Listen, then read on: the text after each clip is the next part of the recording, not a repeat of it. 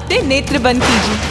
ये कैसा अंधकार है जिसने ब्रह्मलोक का प्रकाश ही हर लिया है? कौन है ये शिशु? मेरे नेत्र बंद करने से जो अंधकार उत्पन्न हुआ उसी से इसका जन्म हुआ। इसके नेत्रों की दृष्टि जिस पर पड़ेगी वो अंधकार में डूब जाएगा। ये तुमने क्या कर दिया महेश्वरी? पार्वती, किस चिंता में हो? स्वामी, माँ को तो पुत्र की चिंता ही चिंतित करती है। गणेश यहाँ से जाते समय इतना व्याकुल क्यों था, जैसे वो मुझे छोड़कर ही ना जाना चाहता हो।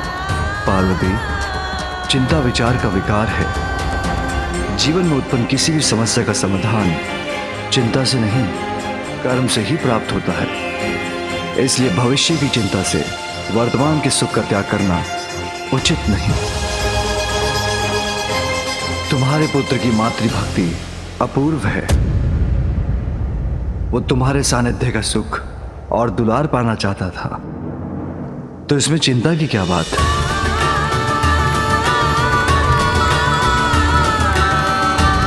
मैं व्यर्थ में ही चिंतित हो रही हूँ। सत्य ही तो है, वास्तविक सुख भविष्य की चिंता में नहीं, वर्तमान के संतोष में होता है। और यही वर्तमान का संतोष समस्त अशुभता को मिटाकर हमारे परिवार को भी अपार सुख प्रदान करने वाला है।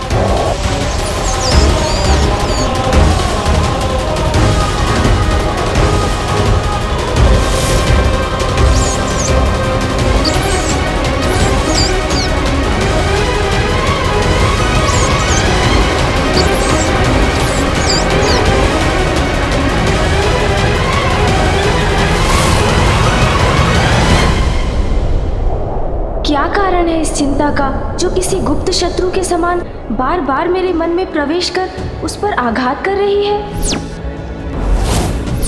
माँ तो कुशल है ना?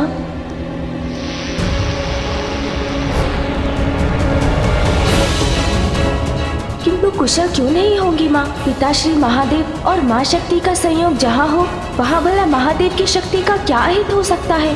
किंतु फिर ऐसी आशंका क्यों उत्पन्न हो रही है मेरे मन में?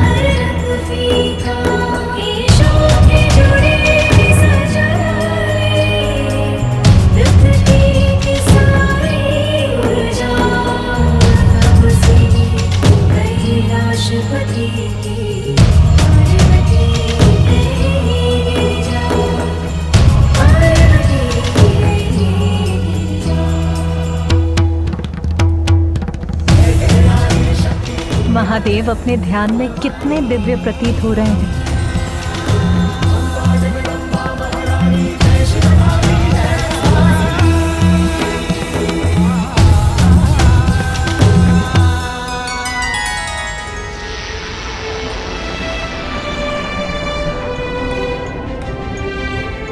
वो देखिए गणेश, वहां ऊपर वही है गोलोक, जहां दिव्य स्वर्णिम प्रकाश दिखाई दे रहा है। मूषक जी, हमें इन दिव्य मेघों के पार जाने के लिए और ऊंचाई पर जाना होगा। अद्भुत है ये विशालता।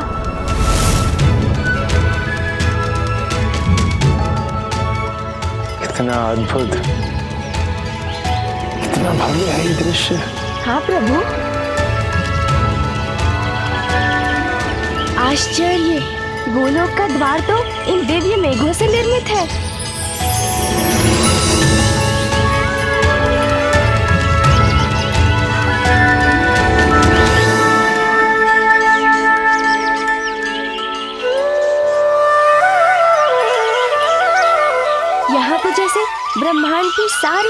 निर्मलता और दिव्यता समाहित है।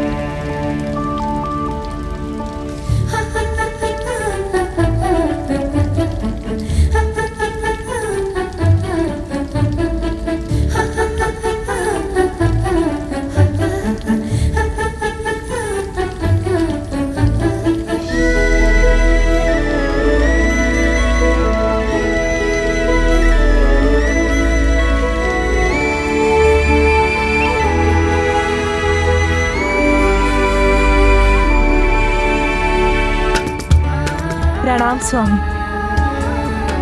स्वामी, मैं आपको कुछ दिखाना चाहती हूँ। आप मेरे साथ भवन के भीतर चलिए। ऐसा क्या है पार्वती जो तुम उसे दिखाने के लिए इतनी प्रसन्न हो रही हो? स्वामी, वो तो आपको तभी ज्ञात होगा जब आप मेरे साथ चलेंगे।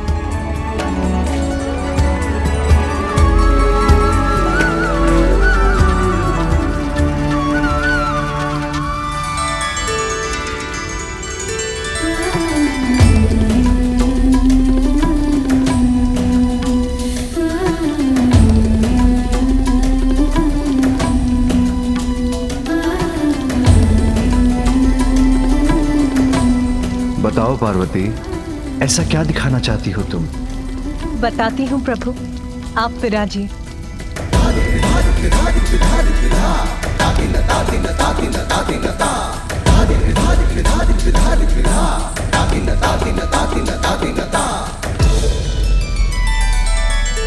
पार्वती, अब तो मेरी उत्सुकता और जाग उठी है। ऐसा क्या दिखाना चाहती हो तुम? ऐसे नहीं स्वामी, आपको अपने नेत्र बंद करने होंगे। उमा, बस अब और प्रश्न नहीं स्वामी, मैं आपको चकित करना चाहती हूँ। किंतु उमा। किंतु परंतु नहीं प्रभु, अपने नेत्र बंद कीजिए।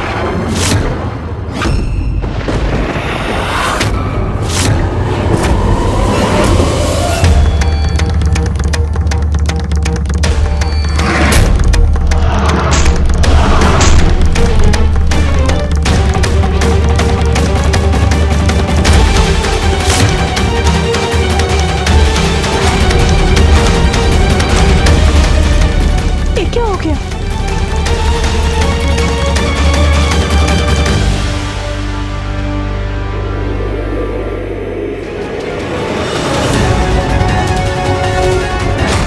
कैसा संकट है ये भयंकर अंधकार।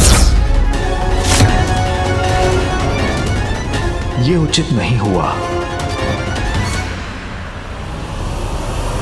स्वामी, ये कैसा अंधकार है जिसने ब्रह्मलोक का प्रकाश ही हर लिया है? देवी, समस्त संसार को प्रकाशित करने वाली ऊर्जा महादेव के नेत्रों से प्रवाहित होती है। इसलिए यह अंधकार हठपूर्वक महादेव के नेत्रों को बंद कर उनकी दिव्य ऊर्जा को रोकने का परिणाम है।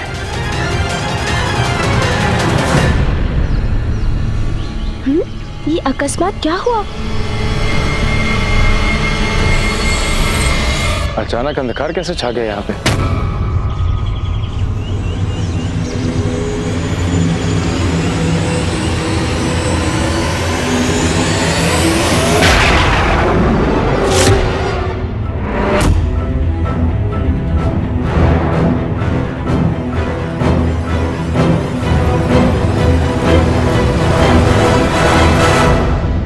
ये अनर्थकारी अंधकार।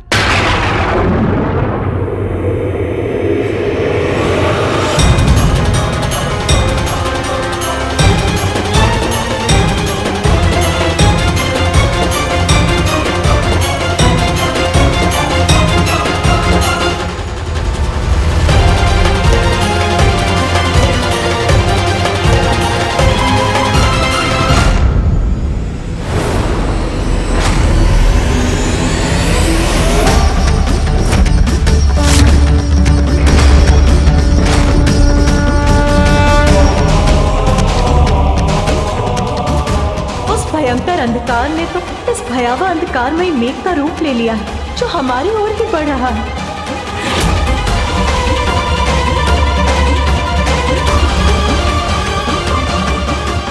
महेश्वरी, ये तुमने क्या कर दिया?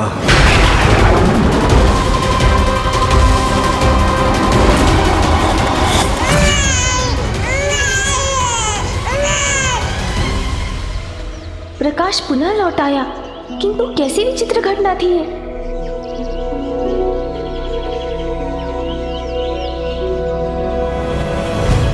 पल भर में उत्पन्न हो नष्ट हो जाने वाले इस रहस्यमय अंधकार का मेरी चिंता से तो कोई संबंध नहीं, किंतु इस समय मुझे प्रभु को लेकर आगे बढ़ना है। चलिए प्रभु।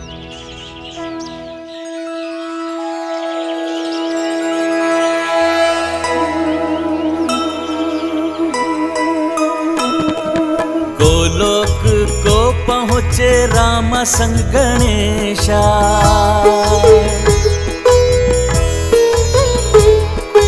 अचरज से देखे दिव्य आभा विशेषा।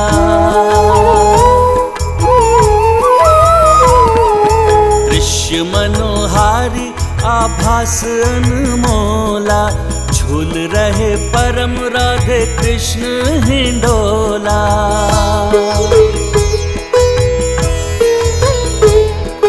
परम पिता ईश्वर के सम्मुख गजानन, कृष्ण दरस किए सुमुख चक्षु स्वानन। दिखलाए गणपति को दृश्य अनूपा, दर्शन किए शंकर उमा स्वरूपा। जय गणेश जय गणेश जय गणेश देवा, माता जाति पार्वती पिता महादेवा। प्रणाम प्रभु, प्रणाम माता।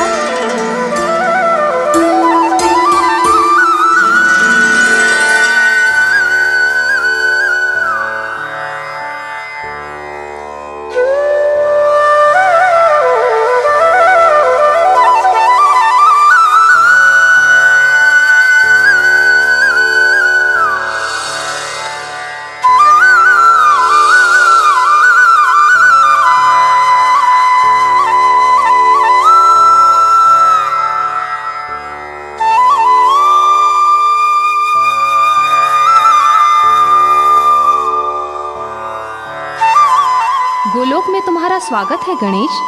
धन्यवाद माता। मैं प्रभु परम श्री कृष्ण और माता परम राधा का सानिध्य पाकर धन्य हुआ।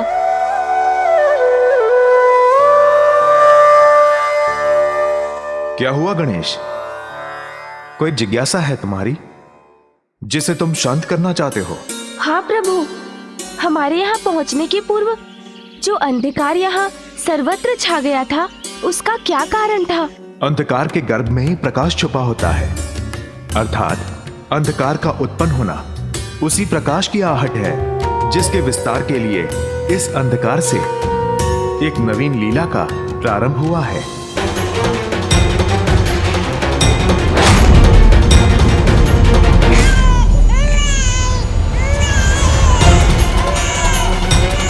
कौन है ये शिशु? कैसे उत्पन्न हुआ है ये? और इसका रुदन मुझे इतना चिंतित क्यों कर रहा है?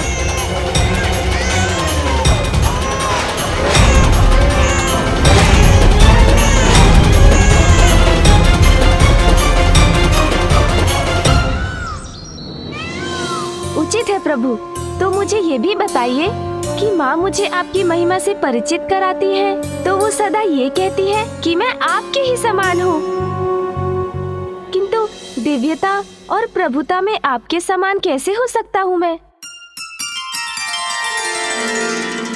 सत्य ही तो कहती है तुम्हारी माँ।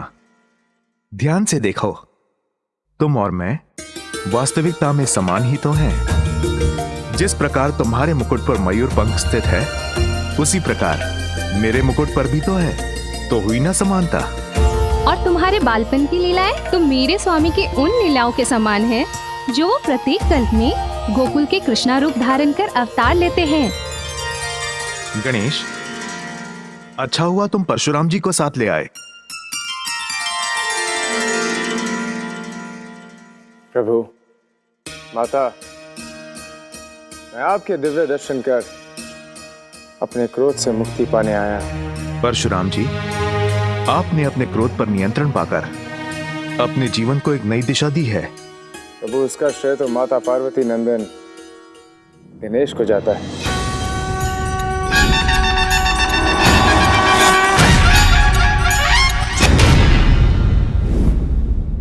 यदि बालक गणेश से मेरी भिड़ंत नहीं होती और मेरे द्वारा उनका दान नहीं टूटता तो मुझे कभी अपनी भूल का भान नहीं होता। किंतु जो हुआ उसके पश्चात अब उस भूल के लिए मैं क्षमा प्रार्थी हूँ।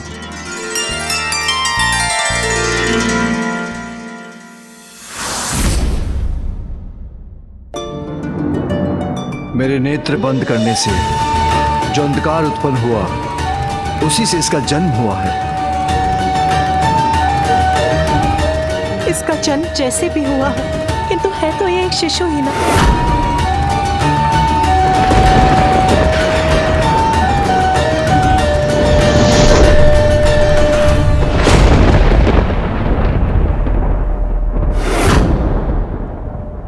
उमा, उमा,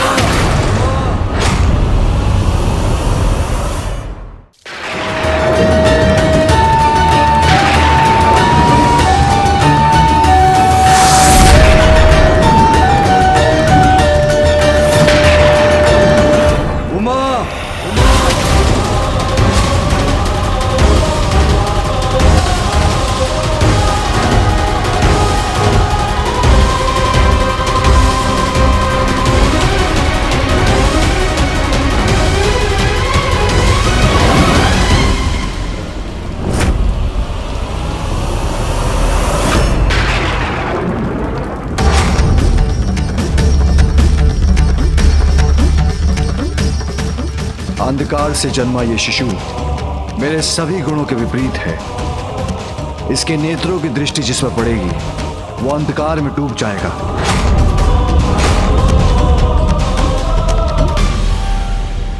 किंतु नाथ, हमें इसकी देखभाल का कोई उपाय तो करना ही होगा।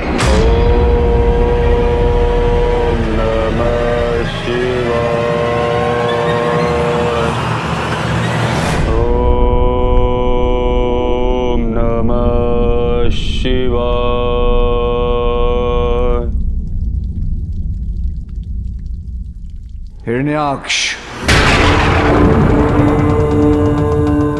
उमा, कई वर्षों से हिरण्याक्ष पुत्र की कामना के लिए मेरी तपस्या कर रहा है। अब उन्हें उनकी तपस्या का फल देने का समय आ गया है। स्वामी, ये शिशु तो अंधकार उत्पन्न करता है, फिर हिरण्याक्ष इसका पालन पोषण कैसे करेंगे?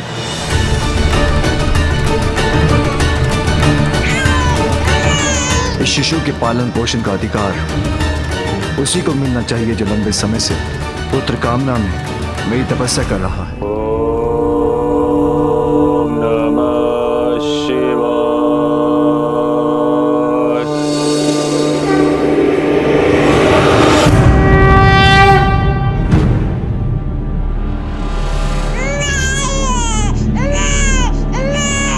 अंधकार से शिशु का जन्म अवश्य हुआ, किंतु हिरण्याक्ष इसे सुसंस्कारों से परिचित कराएंगे। ओम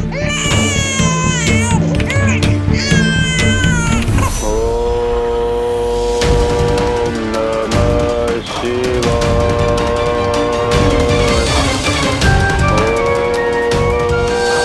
ओम नमः शिवाय।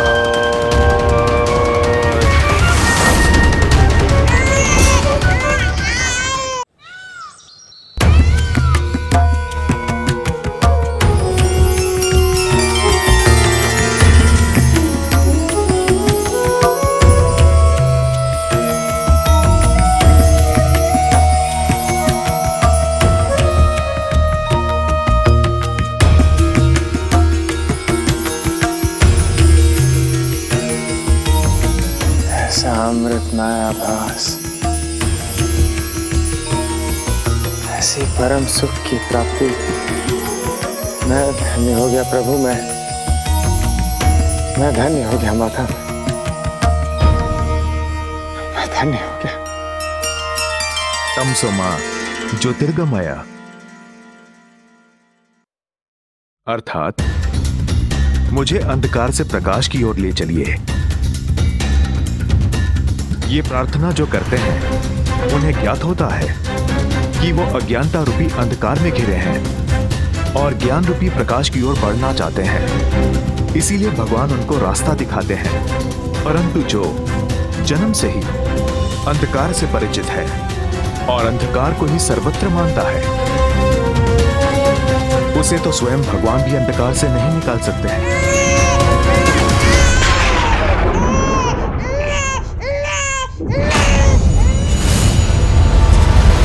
ये कैसा अंधकार था जिसका मुझे पूर्वाभास हुआ?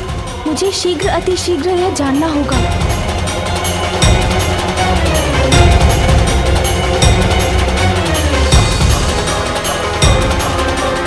इस शिशु के पालन पोषण का अधिकार उसी को मिलना चाहिए जो लंबे समय से पुत्र कामना में मेरी तपस्या कर रहा है। हिरण्याक्ष, इस शिशु का जन्म भले ही एक भूल से हुआ, किंतु हिरण्याक्ष जैसे एक असुर को इसके पालन पोषण का अधिकार देना, वो तो और भी बड़ी भूल होगी।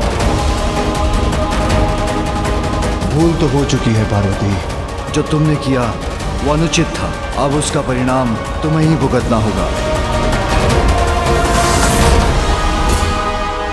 नियति अपना कार्य करती है, किंतु उसके कारण हमें अपना कार्य या कर्तव्य नहीं छोड़ना चाहिए, क्योंकि प्रत्येक कार्य के पीछे एक विशेष उद्देश्य छुपा होता है।